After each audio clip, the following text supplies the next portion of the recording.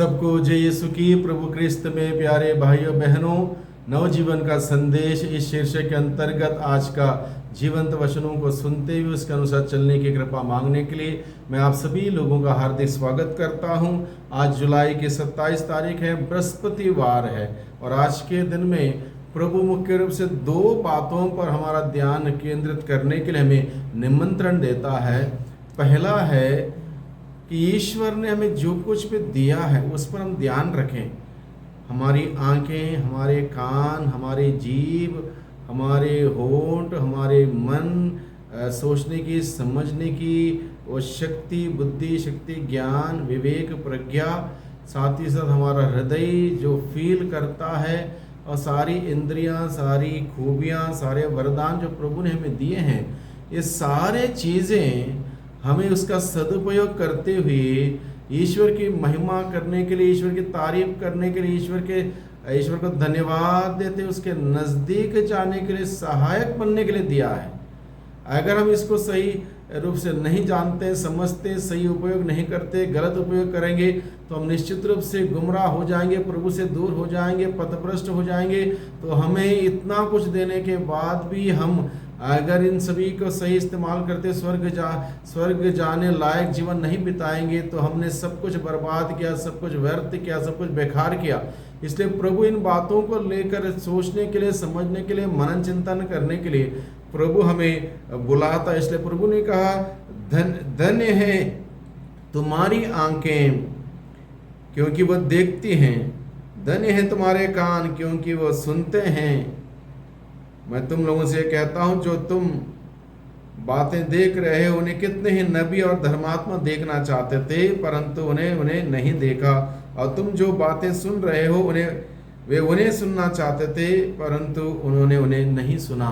हम धन्य हैं भाइयों बहनों, हम प्रभु का वचन आज के दिन में पढ़ सकते हैं अपनी मातृभाषा में। दुनिया में ऐसा कोई किताब नहीं जो इतने सारे भाषाओं में अनुवादित किया गया हो। एक ज़माना था लोग बाइबल एकमात्र भाषा में पढ़ सकते थे और उस पर अधिकांश लोग अनपढ़ थे, उस भाषा में पढ़ नहीं पाते थे। केवल पुरोहित पढ़ के सुनाता था, वो सुन सकते थे। लेकिन आज के दिन में हर कोई व्यक्ति अपने हाथ में एक बाइबल की कॉपी रख सकता है, अपनी मातृभाषा में पढ़ सकता है, उसको समझ सकता है, ईश्वर के प्रेम को अनुभव कर सकता है, ईश्वर के साथ अपना रिश्ता स्थापित कर सकता है, उस रिश्ते को मजबूत कर सकता है। सारी सुविधाएं, खूबियां ईश्वर ने हम सबों को प्रदान की हैं और ये सारी चीज़ों के द्वारा हमें दिन प्रतिदिन हर पल पल ईश्वर के नज़दीक जाने का निमंत्रण है।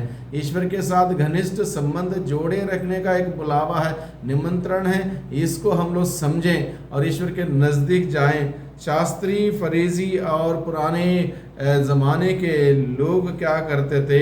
वे सुनते थे लेकिन नहीं समझते थे, वो देखते थे परंतु उन्हें नहीं दिखाई देता था।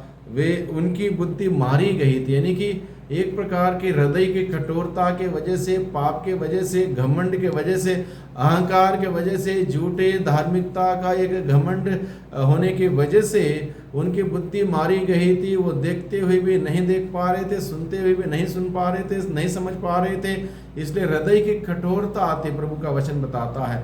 हृदय की कठोरता यानी कि इंसान को ईश्वर से दूर रख सकती है, ईश्वर के प्यार से, अनुग्रह से वंचित कर सकती है, ईश्वर के सानिध्य से हटा सकती है। इसलिए किसी भी प्रकार की कठोरता हम ना दिखाएं, ईश्वर के सामने किसी भी प्रकार की कठोरता हम ना दिखाएं।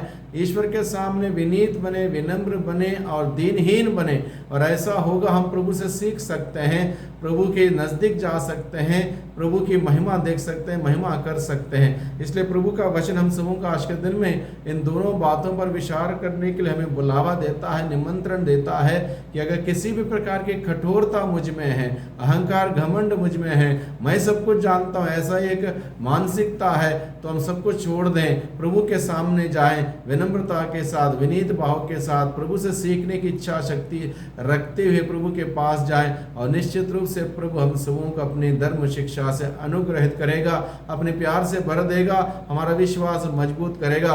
उस वक्त हम देखते हुए प्रभु की महिमा देख पाएंगे, सुनते हुए प्रभु की महिमा सुन पाएंगे, प्रभु की महिमा कर पाएंगे। ऐसा जीवन व्यतीत करने के लिए आज की पूजन पद्धति हम सबों को बुलावा देती है, निमंत्रण देता है। इसलिए भाइयों बहनों, हम प्रभु को धन्यवाद दें। आज के दिन में प्रभु ने अपने वचनों के द्वारा हम सबों से बातें की हैं। इन वचनों के अनुसार जीवन बिताने की शक्ति सामर्थ्य हम मांगे, ताकि हमारे सारे इंद्रियों के द्वारा, सारे हमारे मन दिल आत्मा के द्वारा, हमारे शरीर के द्वारा, शरीर के सभी अंगों के द्वारा ईश्वर की महिमा करना हमारा परम दायित्व है। इस बात को समझते हुए प्रभु की महिमा हम सभी निरंतर करते रहे। हम प्रार्थना करें। सर्वशक्तिमान पिता परमेश्वर, धन्यवाद देते हैं आज के दिन के लिए, आज के जीवंत वचनों के लिए हम आपको धन्यवाद देते हैं। जैसा कि प्रभु आपने अपने वचन के द्वारा कहा है, क्या आप लोगों को वचन के द्वारा आपने कहा है कि यह इसलिए कि स्वर्ग राज्य का भेद जानने का वरदान तुम्हें दिया गया, उन लोगों को नहीं, जिससे क्योंकि जिसके पास कुछ है उसी को और दिया जाएगा, उसके पास बहुत हो जाएगा, लेकिन जिसके पास कुछ नहीं है उससे वह भी ले लिया जाएगा जो उसके पास है। इस प्रकार से प्रभु आप हम सबों को आपके नज़दीक निमंत्रण देते हैं। जो प्रज्ञा का वरदान, ज्ञान का वरदान, विश्वास का वरदान जो आपने हम सबों को दिया, उसमें और बात प्राप्त करते हुए आयो और मजबूती के साथ आगे बढ़ने के लिए आपने हमें बुलाया है। प्रभु हमारे ऊपर आपके अनुग्रहकारी हाथ बनाए रखिए, अपनी दया की दृष्टि बनाए रखिए, ताकि निरंतर हम आपके प्रेम में, विश्वास में आगे बढ़ते जाएं। दुआ करते हैं उद्धारकर्ता यीशु मसीह के नाम से, आमीन।